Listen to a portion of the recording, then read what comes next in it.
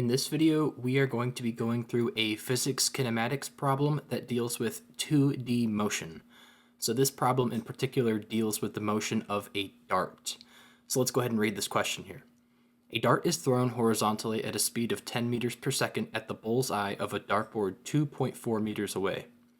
The first part of the question is asking how far below the intended target does the dart hit? And the second part is what does your answer tell you about how dart players throw their darts? So let's get started by understanding what types of variables we are given by drawing a chart that deals with the variables that we have in the x and y direction. So we have the x variables and the y variables.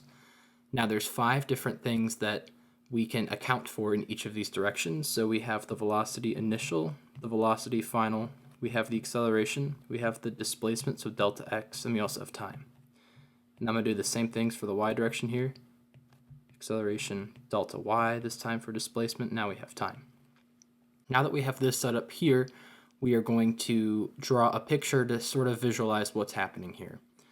So we have a person that's standing at the 0 meter mark, and they're throwing at a dartboard that is 2.4 meters away. And that's the essence of the question, but we want to understand how far below the intended target does the dart hit. So let's say someone is standing here and they're throwing a dart in this direction, and the dartboard is at the same starting level that the player is throwing the dart from. So we have our dartboard here. We have to factor in the effect of gravity here because this is a projectile motion question, so gravity is going to be acting on the dart during the projectile motion here. So it's going to be some amount below the target here.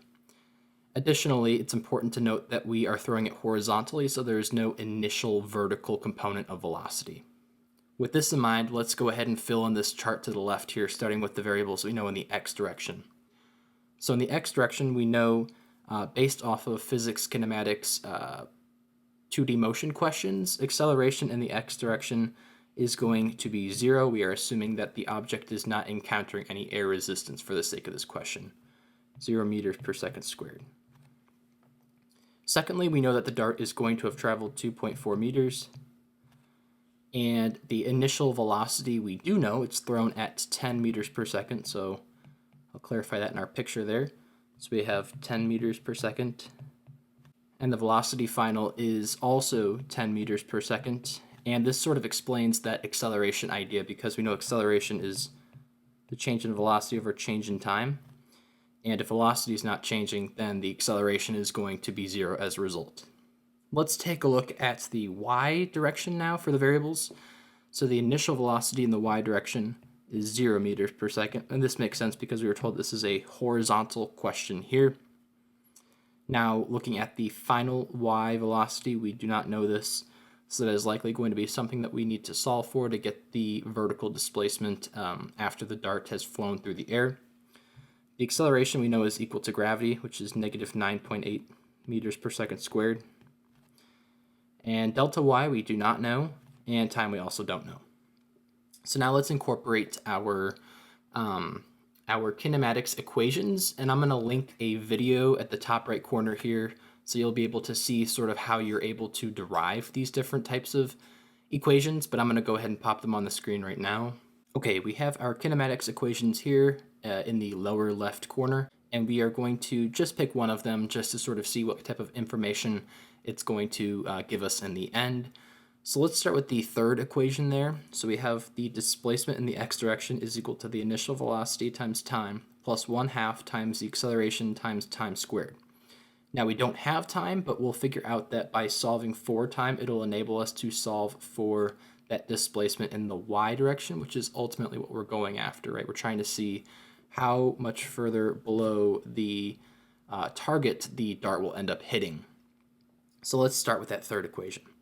And again, this is going to be in the x direction. So we have delta x, which is 2.4 meters, is equal to the initial velocity times time, which is 10 meters per second times time.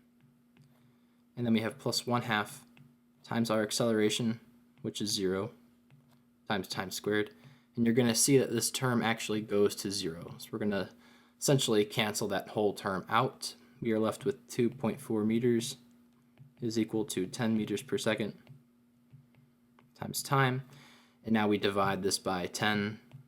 We get the time is equal to approximately 0.24 seconds. Okay, but that is not the final step here. The final step is going to be to try to find that displacement in the y direction. And we can use any of these equations here because now we have enough information. We have time is equal to 0.24 seconds to impact, and this is the same for both directions. So now that we have this information, we are going to plug this into the third equation again, but this time we're going to be looking in the y direction exclusively. So we have delta y is equal to the velocity initial times time plus 1/2 times the acceleration times time squared. And again, these are all in the y direction. The delta y is going to be our final answer, and using the variables that we have that the velocity initial in the y direction is 0 up here, so this first term actually goes to 0. Now we're left with a pretty simple equation here where we just have delta y is equal to 1/2 times our acceleration in the y direction, which is just gravity, so this is 1/2 times negative 9.8 times our time variable, which is 0.24 squared.